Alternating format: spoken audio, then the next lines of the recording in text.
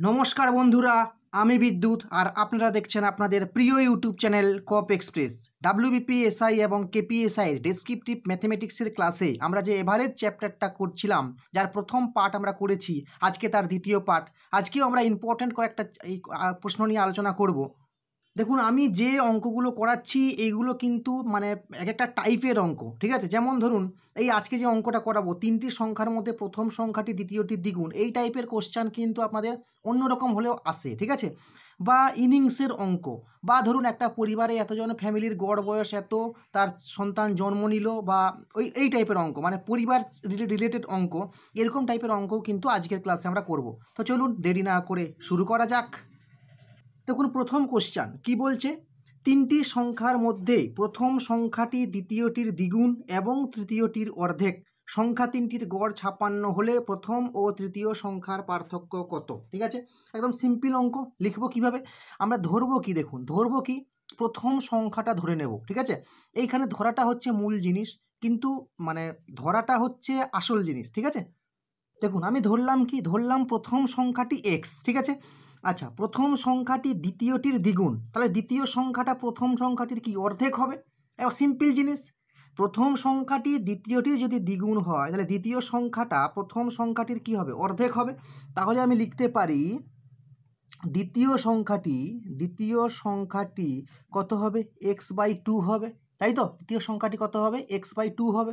আর তৃতীয় সংখ্যাটা কি হবে, প্রশ্নানুসারে, এটা আমরা লিখতে পারি প্রশ্নানুসারে, ঠিক আছে? প্রশ্নানুসারে।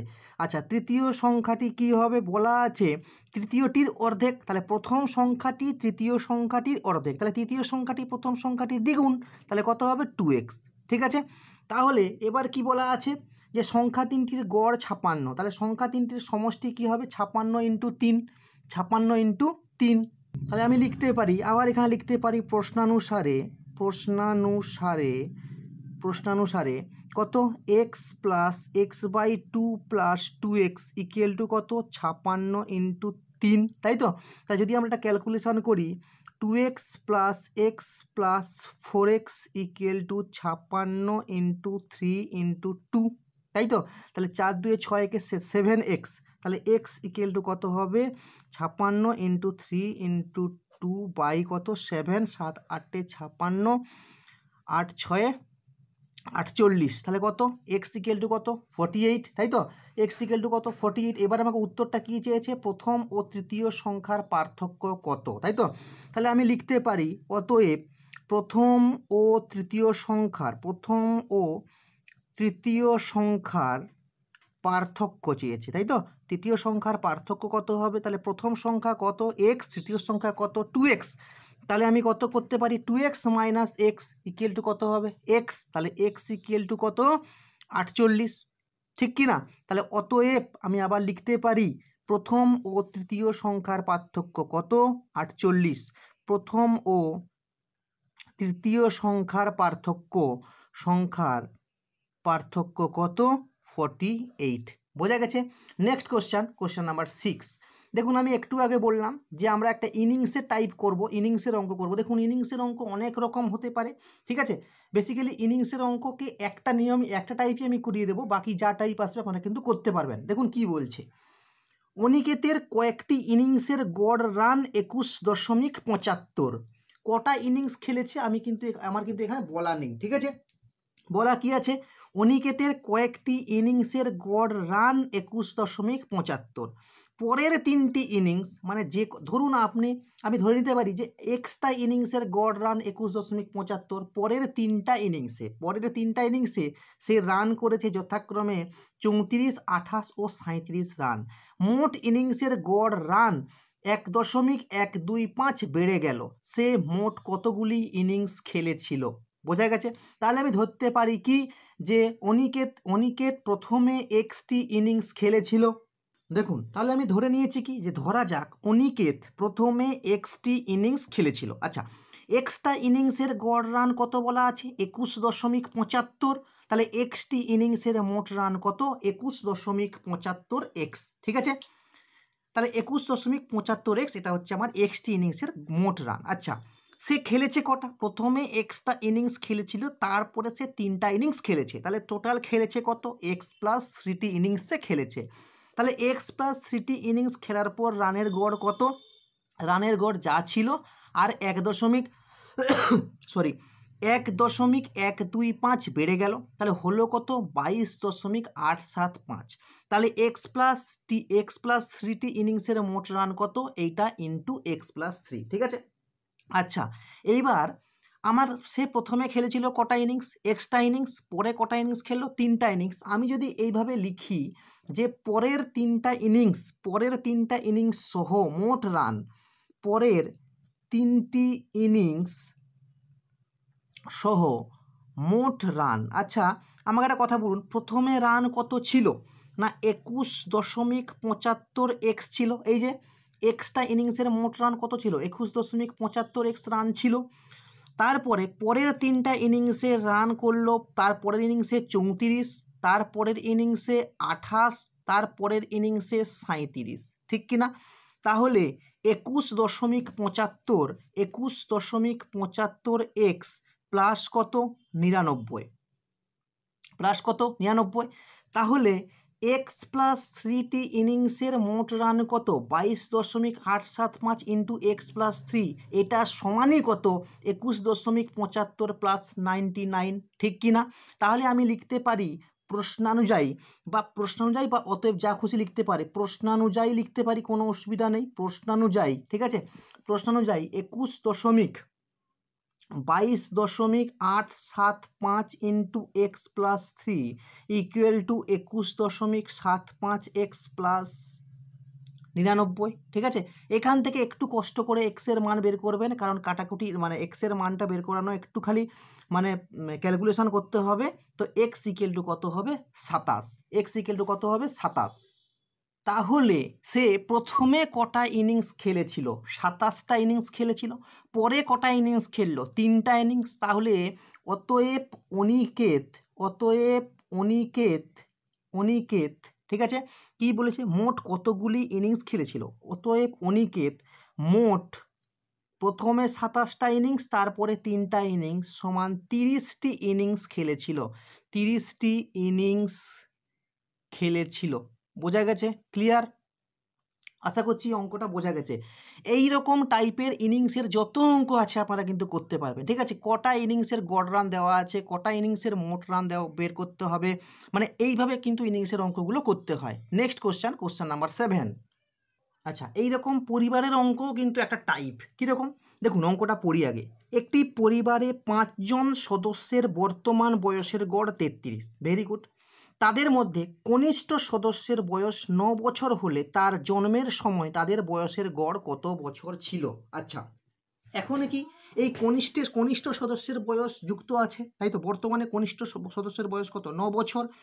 তার মানে আমরা লিখতে পারি কি, যে 5 জন সদস্যের কোনো একটি পরিবারে, দেখুন লেখাটা আমি লিখছি, দেখুন সিম্পল কি লিখলাম, যে 5 জন সদস্যের বর্তমান বয়সের গড় কত বলা আছে, 33। 5 জন সদস্যের বর্তমান বয়সের সমষ্টি কত, 33 ইন্টু 5 মানে 165 বছর, ঠিক আছে। আচ্ছা, এবার আমাকে চলে যেতে হবে কি 9 বছর আগে, যেহেতু 9 বছর আগে তাদের বয়সের গড় কত ছিল। তাহলে 9 বছর আগে আমি যদি লিখি যে 9 বছর আগে তাদের বয়সের সমষ্টি ছিল, তাদের বয়সের সমষ্টি ছিল, খুব ইম্পর্টেন্ট এই জায়গাটা, সমষ্টি ছিল, ঠিক আছে। 9 বছর আগে তাদের বয়সের সমষ্টি ছিল। আচ্ছা, বয়সের সমষ্টি এখন কত, 165। 9 বছর আগে কতজন, 5 জন, তাহলে কি 9 বছর করে 5 জনের কমবে, তাহলে 9 5 45 বছর মোট কমবে, ঠিক কি না। তাহলে 165 মাইনাস 9 ইন্টু 5, এইভাবে আমরা লিখতে পারি, তাই তো, এত বছর। ক্লিয়ার? তাহলে এটা কত হবে, 45 মানে 120 বছর, 120 বছর। আচ্ছা, 9 বছর আগে তাদের বয়সের সমষ্টি ছিল 120 বছর। এবার আমার প্রশ্ন হচ্ছে, 9 বছর আগে কি 5 জনই ছিল? কনিষ্ঠ সদস্যের বয়স হচ্ছে 9 বছর। 9 বছর আগে তো কনিষ্ঠ সদস্যর বয়স, তখন তো কনিষ্ঠ সদস্য জন্ম নেয়নি, ঠিক আছে, মানে জন্মের সময়, মানে জন্ম নেয়নি তখন। তাহলে তখন কতজন সদস্য ছিল, তখন 4 জন সদস্য ছিল। তখন কতজন সদস্য ছিল, তখন 4 জন সদস্য ছিল। তাহলে আমি লিখতে পারি অতএব, তাই তো। তাহলে 9 বছর আগে, 9 বছর আগের চারজন সদস্যের বয়সের গড় 120/4 বছর, তার মানে কত? 30 বছর। তার মানে কত? 30 বছর। যেহেতু তখন কনিষ্ঠতম সদস্য তখন জন্ম নেয়নি, তাই তো, তাহলে 9 বছর আগেই চলে গেছি আমি। তাহলে অতএব আমি উত্তরটা লিখব কি, যে কনিষ্ঠ সদস্যের জন্মের সময় পরিবারে চারজন ছিল, তাই তো, পরিবারে 4 জন ছিল এবং তাদের বয়সের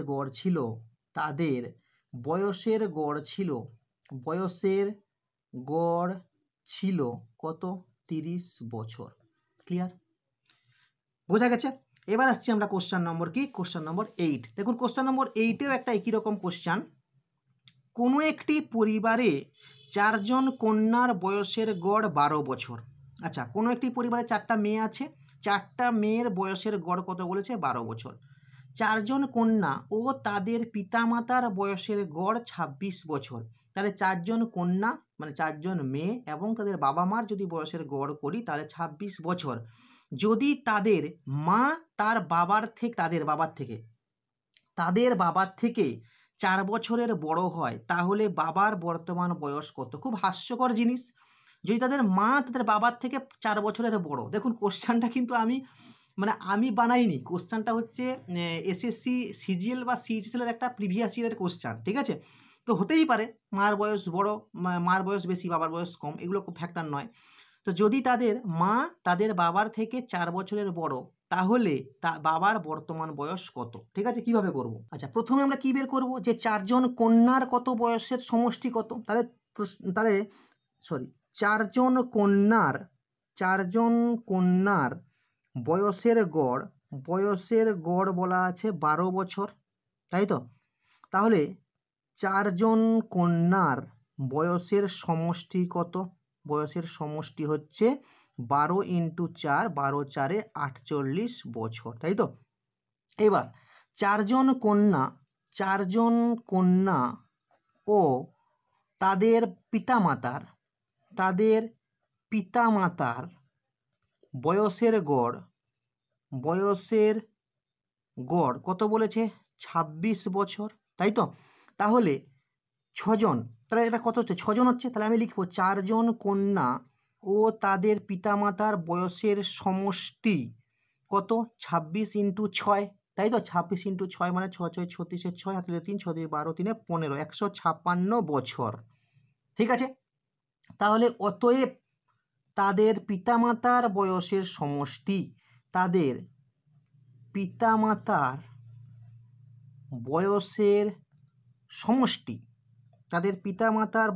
সমষ্টি কত না? টোটাল বয়স হচ্ছে তাদের পিতামাতা প্লাস 4 জন কন্যার হচ্ছে 156, সেখান থেকে 4 জন কন্যার যদি আমি বিয়োগ করে দিই তাহলে কত পেয়ে যাব আমরা?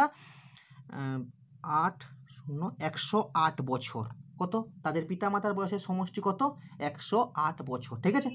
তাহলে এবার আমি ধরতে পারি, দেখুন বলেছে যদি তাদের বাবার থেকে 4 বছরের বড় হয়, তাহলে ধরা যাক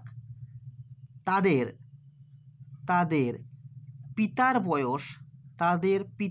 বয়স x বছর। তাদের পিতার বয়স কত? x বছর, ঠিক আছে। আবার তাদের মাতার মায়ের বয়স কি 4 বছর বড় পিতার বয়সের থেকে? x + 4 বছর, তাই তো। তাহলে প্রশ্নানুযায়ী দেখুন এই দুটো সমষ্টি x + 4 এই দুটো সমষ্টি কত? 108, তাই তো। তাহলে এখান থেকে 2x সমান হচ্ছে 104, তাহলে x সমান 2x সমান হচ্ছে 104, x সমান হচ্ছে 52, x সমান কত হচ্ছে? x সমান হচ্ছে কত? 52, x সমান কত হচ্ছে? 52। তাহলে আমার কি চেয়েছে? শুধু বাবার বর্তমান বয়স চেয়েছে। তাহলে অতএব বাবার বর্তমান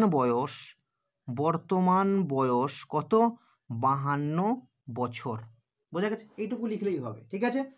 মোটামুটি অঙ্কগুলো সোজা, কিন্তু একটু আপনাকে লেখালেখির মানে টেকনিকটা একটু শিখতে হবে, ঠিক আছে? আশা করছি এভারেজের সমস্ত টাইপ আমি কভার করতে পেরেছি।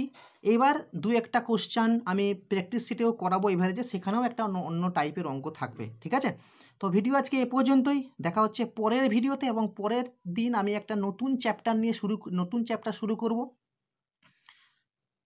ভালো থাকবেন, সুস্থ থাকবেন। জয় হিন্দ।